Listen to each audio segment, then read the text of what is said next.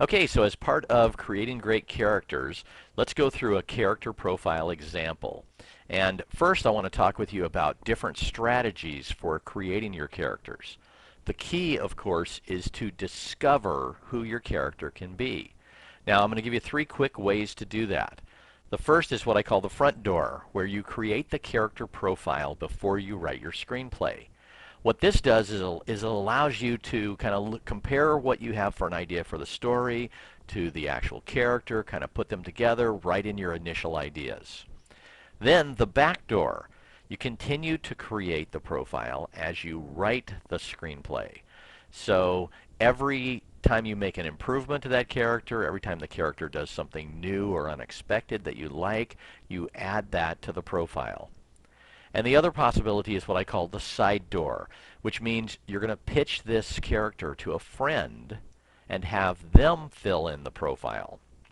Now, if you ever do this, the real benefit is that in the midst of you telling your vision for this character, a lot of times you'll say things to get the point across to the friend that you might not have paid attention to earlier.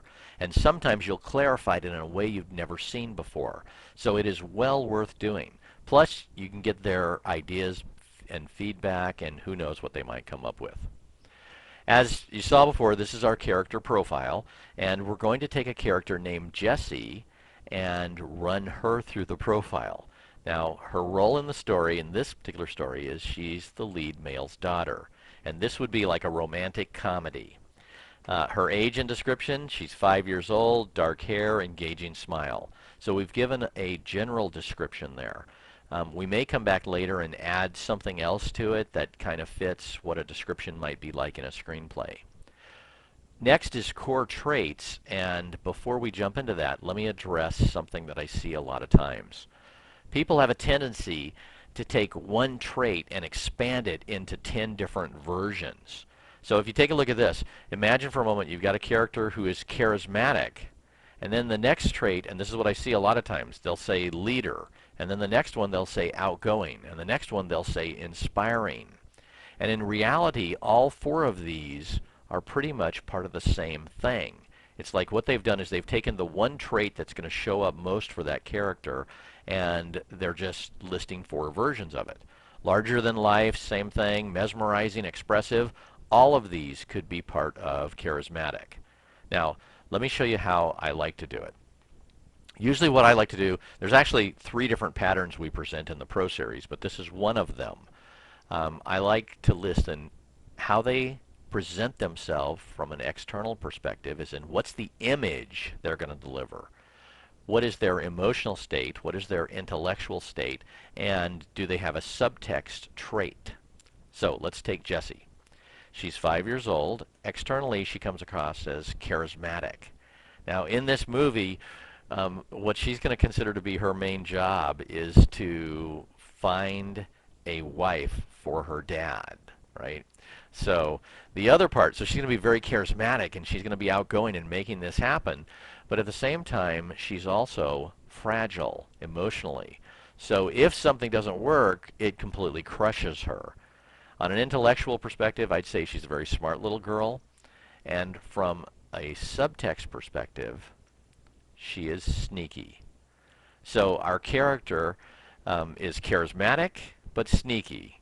Also, she is, she's smart, but at the same time, she's emotionally fragile. So it makes for at least a somewhat interesting character. So notice I just plugged those core traits in right over here. So Jessie's core traits are she's charismatic, she's fragile, she's smart, and she's sneaky. Now I'm going to come back to the subtext in a few minutes. I think we need to discover a few more things about her before we get into subtext. So from an optional perspective, her flaw is that she throws fits. And I want you to notice that fits perfectly with the core trait of fragile. If things don't work for her, she immediately goes into an emotional meltdown. So a character arc for her could be going from fit throwing to considering others. Now, what she wants is to get a mother, which is what she's pursuing throughout the entire movie. What she needs is to feel loved. And finally, usually I try to have 4 or 5 traits or 4 or 5 things on the right-hand side, the optional side here. In this case, I'd like to add one more that I think is very important to this movie. What makes Jessie unique is that she has spent most of her time playing a CIA video game, and she is a total CIA wannabe.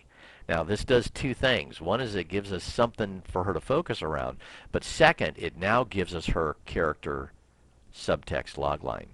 Jessie is a sneaky girl who loves setting up covert ops. Now, this is, if you'll think about it, her covert ops, in this case, are going to be about getting her dad a wife who ultimately will become her mother. So, what we've done is we've created a very simple character profile for Jessie that is very specific and precise to who she is. Anytime you're going to write dialogue, anytime you're going to write action for this character, you could instantly look at this one page and know what they would or would not do. In our next video, we're going to work with evolving a character as you write.